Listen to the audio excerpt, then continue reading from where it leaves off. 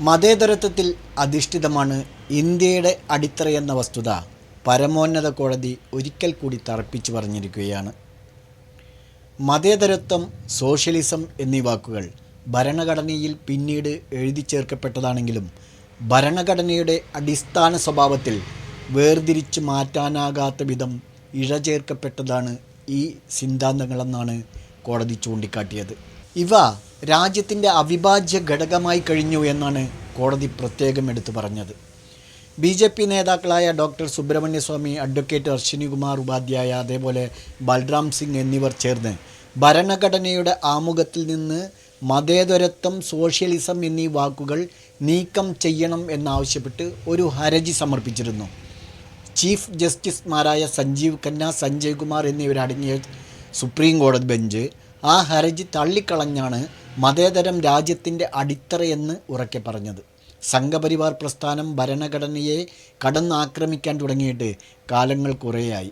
ശബരിമലയിൽ സ്ത്രീ പ്രവേശം അനുവദിച്ചുകൊണ്ടുള്ള സുപ്രീം കോടതി വിധിക്കെതിരെ 2018 ഒക്ടോബറിൽ പത്തനംതിട്ടയിൽ BJP സംഘടിപ്പിച്ച യോഗത്തിൽ ഭരണഘടന കത്തിക്കണമെന്ന് വരെ പാർട്ടി നേതാവ് അഡ്വക്കേറ്റ് മുരളീധരൻ ഉണ്ണിത്താൻ പ്രസംഗിച്ചു.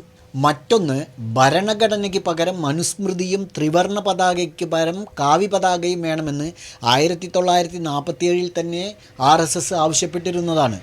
കഴിഞ്ഞ വർഷം സെപ്റ്റംബറിൽ പുതിയ പാർലമെൻറ്റ് മന്ദിരത്തിൽ ചേർന്ന ആദ്യ സമ്മേളനത്തിൽ മോദി സർക്കാർ MP-മാർക്ക് വിതരണം ചെയ്ത ഭരണഘടനാ കോപ്പികളിൽ മതേതരത്വം, സോഷ്യലിസം എന്നീ വാക്കുകൾ ഉണ്ടായിരുന്നില്ല.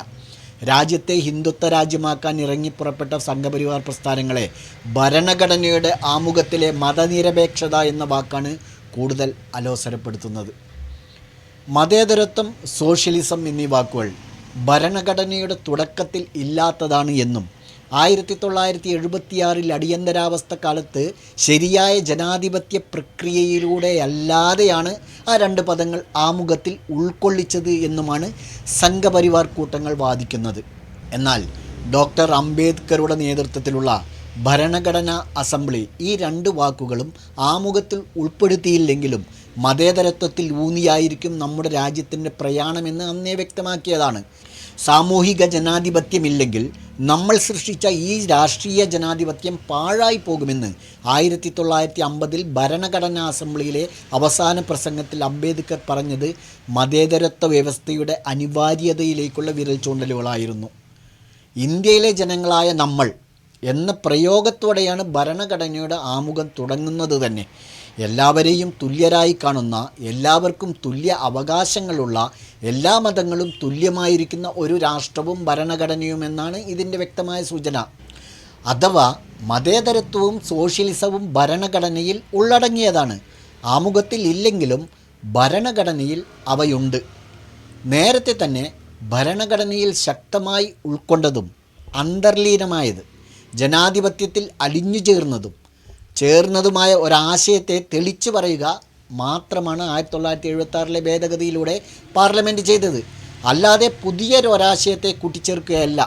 ഭരണഘടന ഉറപ്പു നൽകുന്ന സമത്വത്തിനും സാഹോദര്യത്തിനുമുള്ള അവകാശത്തിൻ്റെ ഒരു വശമാണ് മതനിരപേക്ഷത എന്ന വിശദീകരണത്തിലൂടെ ഇക്കാര്യം കോടതി ചൂണ്ടിക്കാണിക്കുകയും ചെയ്യുന്നുണ്ട്. മതേതരത്വത്തിന് ഭരണഘടന കൽപ്പിക്കുന്ന പ്രാധാന്യം കേശവാനന്ദ ഭാരതി കേസ് ഉൾപ്പെടെ മുമ്പ് പല വിധി പ്രസ്താവങ്ങളിലും സുപ്രീം കോടതി വ്യക്തമാക്കിയതാണ്. ഇന്ത്യയുടെ അടിസ്ഥാന ഘടകങ്ങളിലൊന്നാണ് മതേതരത്വം എന്നാണ് ജസ്റ്റിസുമാരായ സിക്രി, അമർനാഥ് ഗോവർ, JM ഷലാത്ത് എന്നിവരടങ്ങിയ സുപ്രീം കോടതി ബെഞ്ച് പറഞ്ഞത്. എന്നാൽ അതിന് എതിരെ ഹർജിക്കാർ ഉയർത്തിയ ന്യായവാദം ഇന്ത്യ മുതലാളിത്ത വ്യവസ്ഥയിലേക്ക് മാറിക്കൊണ്ടിരിക്കുകയാണ് എന്നും അത്തരമൊരു സാഹചര്യത്തിൽ ഭരണഘടനയുടെ ആമുഖത്തിൽ സോഷ്യലിസ്റ്റ് എന്ന പദം തുടരുന്നത് ശരിയല്ല എന്നും സർക്കാരിൻ്റെ സാമ്പത്തിക നയത്തെ നിയന്ത്രിക്കാൻ അത് ഇടയാക്കും എന്നും ഉള്ള വിചിത്രവാദങ്ങളാണ്. സോഷ്യലിസത്തിന് പാശ്ചാത്യ ലോകം കൽപ്പിക്കുന്ന അർത്ഥം കണക്കിലെടുക്കേണ്ടതില്ല. ആ പദത്തിന് തുല്യ അവസരങ്ങൾ, രാജ്യത്തെ വിഭവങ്ങളുടെ തുല്യ വിതരണം എന്നീ അർത്ഥങ്ങളും ഉണ്ട് എന്നായിരുന്നു ഹർജിക്കാരുടെ ആ വാദത്തോടുള്ള കോടതിയുടെ പ്രതികരണം. അഥവാ സ്വകാര്യ സംരംഭകരെയോ വ്യവസായങ്ങളെയോ നിയന്ത്രിക്കുകയല്ല, ഇന്ത്യൻ ജനതയുടെ സാമൂഹിക സാമ്പത്തിക ഉന്നതിയാണ് ഭരണഘടനയിലെ സോഷ്യലിസം എന്ന വാക്ക് ലക്ഷ്യമിടുന്നത്. ഈ വിഷയവുമായി ബന്ധപ്പെട്ട് നേരത്തെ നിരവധി വിധി പ്രസ്താവനകൾ വന്നിരിക്കെ വീണ്ടും ഇത് ഉന്നയിക്കുന്നത് എന്തിനാണെന്നും കോടതി ചോദിച്ചു. സോഷ്യലിസം എന്ന വാക്ക് ഒഴിവാക്കണമെന്ന് ആവശ്യപ്പെട്ടുകൊണ്ടുള്ള ഹർജി 2008 സുപ്രീം കോടതി മുമ്പാകെ വന്നിരുന്നു. സോഷ്യലിസത്തെ കമ്മ്യൂണിസവുമായി മാത്രം ചേർത്ത് വായിക്കുന്നത് എന്തിനാണ് എന്നാണ് ഹർജി തള്ളിക്കൊണ്ട് അന്ന് സുപ്രീം കോടതി ചോദിച്ചത്.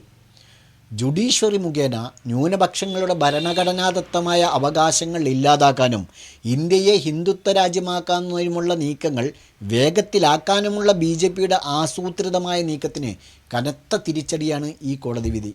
എന്നാൽ ഇതുകൊണ്ടൊന്നും ഇന്ത്യൻ ഫാസിസ്റ്റ് ശക്തികൾ അടങ്ങിയിരിക്കുമെന്ന് തോന്നുന്നില്ല. അതുകൊണ്ട് മതേതര പാർട്ടികളും പ്രസ്ഥാനങ്ങളും എപ്പോഴും ജാഗരൂകരായിരിക്കണം.